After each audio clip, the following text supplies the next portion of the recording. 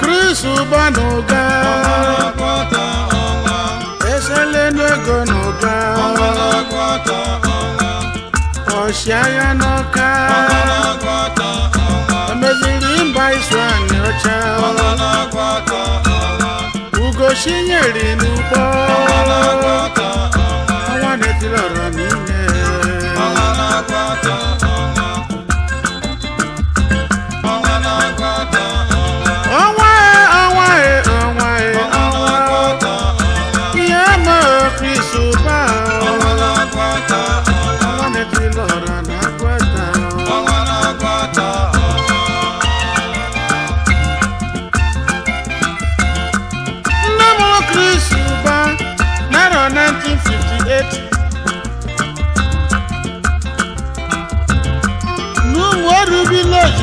Nakwata local government in Anambra.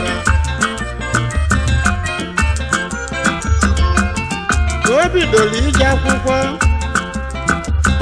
na Christ Church Primary School n'Ụwanị Enugu.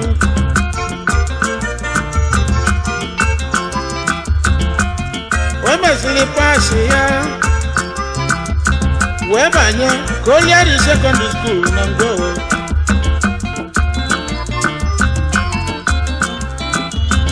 O mesi ejebe Ottawa Canada ebe o jere gụọ akwụkwọ. O wee nachieta azụ wee sị na ya ga-ebido bizines n'Enugu.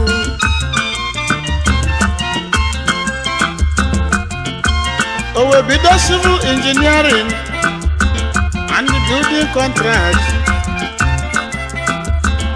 Nwanne ya bụ Philip Uba eze kwesịrị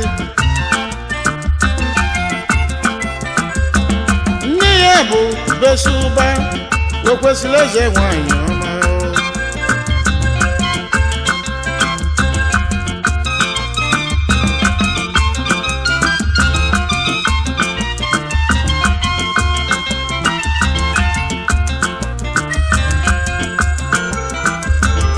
O welu n'arọ 1989 o wee jụọ ka Kelly n'ụwa n'ụta Gloria Ivanyi Uba oyiri di ye nwanyị ife dị iche n'iso anyị ọcha.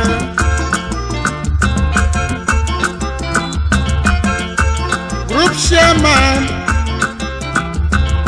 onye ọma Chris Uba ezi oyi mụ Chris Uba Eselenogo Nuga. Group chairman Ile Chris Limited, Oil Construction Company Limited, TT&T International Limited, KK Construction Company Limited. Ona babulo obodo mmiri onye scholarship akalika.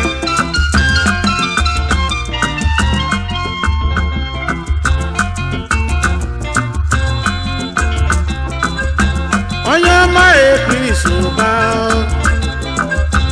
ọnwa o.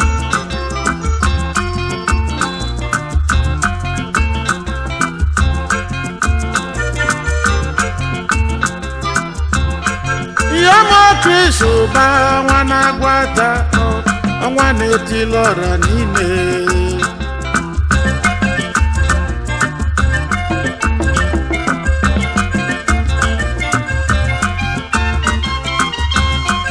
Ọ na-alụ gọọmenti haus.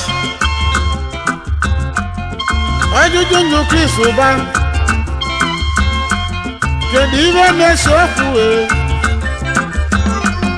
ekwusi okwu ma ekwere ekwe nwanne nọ na-ebute nsogbu. Ekwusi ekwe ma si emere eme ịmago nọ na-ebute nsogbu ibe ọma na ọlụlụ ndị mmadụ akalịka ya ka Chukwu ji si n'ọmụmụ kwa ya ọgwụ ya nwunye wee mụọlị ya nnọnye ụba nke njika ụba odere ya ụba Chidimma ụba o ndị be Chris Odogwu eselu oyi mụ Chris ụba n'ụga ọnwa na-etilọra na agwata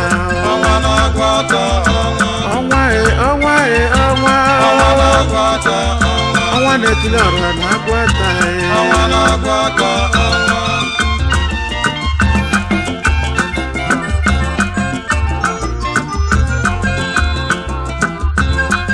anyị jere agwata mbọsị Chris chiri ọnwa maka na iwe onye na-eme ka ejem onye ọ bụ onye obodo chiri ọnwa na-etilọra nwere iwe ọma na-emela obodo ya ọnwa na-etilọra na agwata ndị agwata kwuru sị na ọlụ ọma ọ na-alụ n'obodo agwata kalịka n'ọnya ka wa jisi enye ọnwa na-etilọra onye ụbịam ọ na-azọ n'ọkachie ọnwa na-etilọra tie ka isi eti ọnwa tisie ike ọ bụ ụlọ ọnwa oyoko a na-ekwu na nkịtị obodo mụta ezigbo nwa asị na ọ dị ka anyị na-adị ma amụta akala oriri asị na ọ dị ka ndị ikwu nne wasi mụ keneli ihe Barrister Bato Nugbolu number 1 speaker Anambra House of Assembly wasi mụ keneli ihe Ngozi ka nwakpa agụọ oyi mamelọra na n'ise anụgwọ gbọle nwu ya nwa omelọra nwanne Banam Peters West Africa Limited ọbata obi ihe omelọra nwanne m kedu maka Ochendo Nwachi na-emelụ Anom Furniture Nigeria Limited Chief Angus Okwudilimo Ochendo ndị Igbo na Abuja Ochendo Nwachi na-emelụ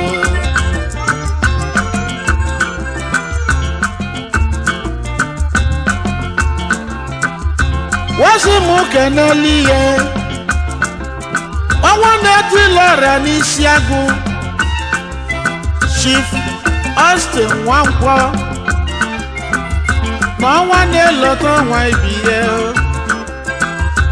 ọnwa oyoko bụ ọnwa oyoko onye na-ekwu nwere ihe ọ na-eme ma ọ na-eke aka udu omelọra na bagana ọ ga-adịlị gị mma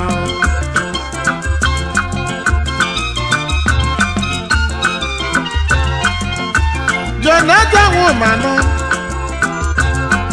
Udekwenyi na Nsụka Jonathan si Ultramodern Color Lab Nigeria Limited Chukwudịaka bụ amụlụ onye na-ego Chairman Chapman Express Nigeria Limited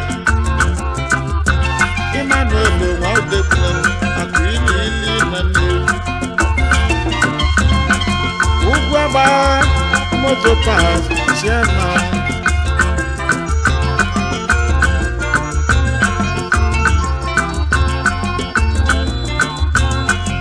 Romanus Igwe Obaromi na-azịa ime alina mụọ agwata ka anyị na-eje ka nje zute Chris ụba ọnwa na-etilọra na agwata Gabriel Osita onye bụ oyime Gabi Nolin Ventures Nigeria Limited ndị be anyị n'ọga dị mma anyị welu nwayọ ka anyị na-aga n'ihu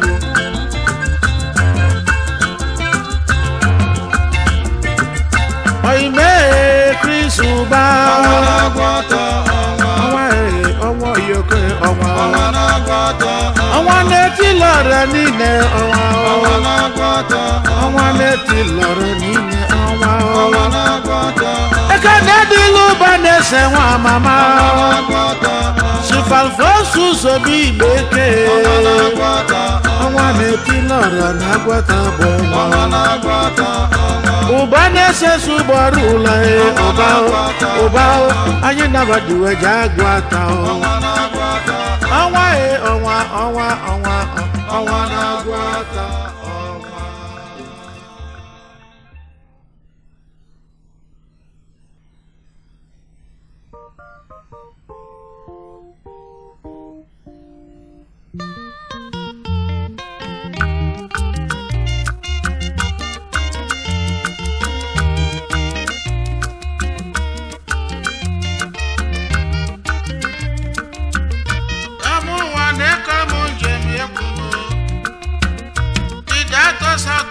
local government can Nigeria. I lose most state can buy him.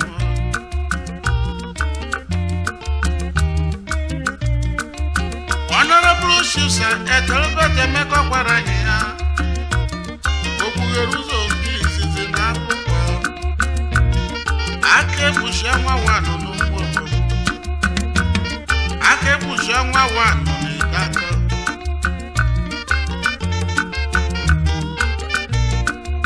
That goes out to local government in India. I got motors the one ya di get televisions.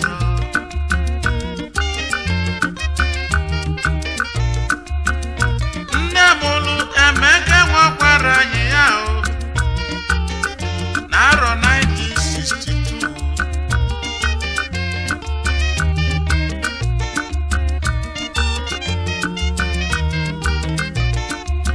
Webidoli ija akwụkwọ na Holy Rosary School na Abụkwa. Ogosi anya pụta na-ede distinction.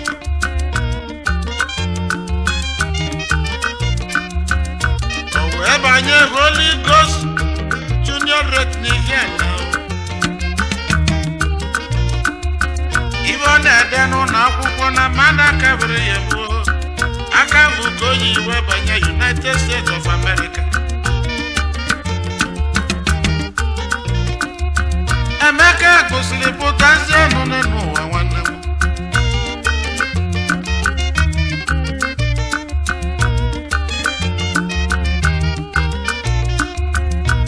Well over na rice mill.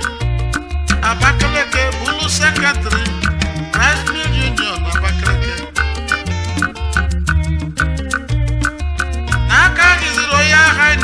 Igwe ego ọkala churu Igwe kotu the second Nadasiego Chairman Managing Director Spera Indeo Nigeria Limited. Mgbe enyi wee mebe election na 1997 arọpụtara ka o jee live House of Assembly. Emesizie na arọ 1998 democracy. Owebulu executive chairman in that was at the local government getting most state in the nation.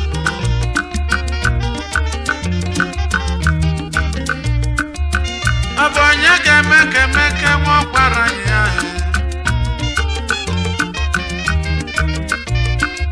Atalubati emeka wakwara ya imo. Emeka wakwara ya. Akebushanwa emeka kwara anyị ahụ.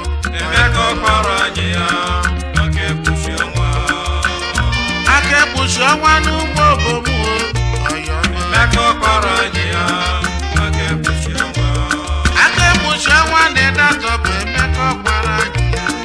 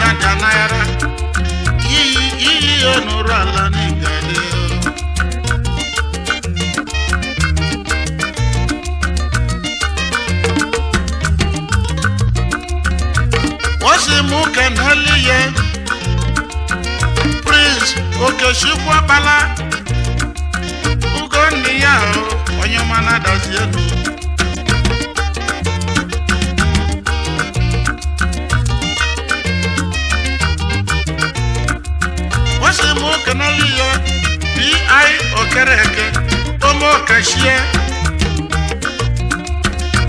n'ụmụ ọmasị akụ niile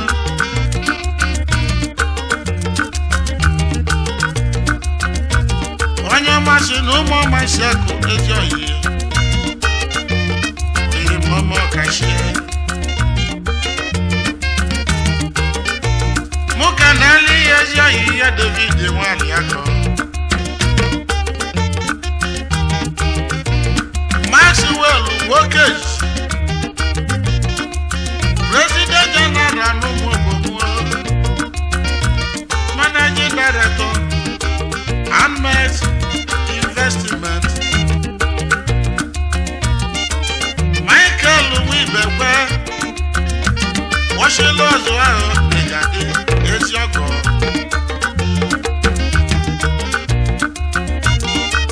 Reverend Father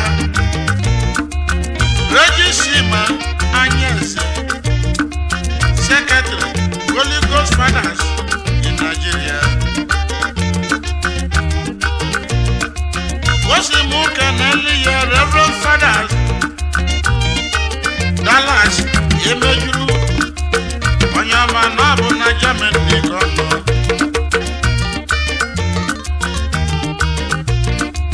Wasimuka Naliya Personal Assistant Ikechukwu Abala onye feze olu onye aka nwam obi nne ya ukwu ezi oyimo Chifete Bote mekọ kwara anyị ya o mekọ kwara anyị ya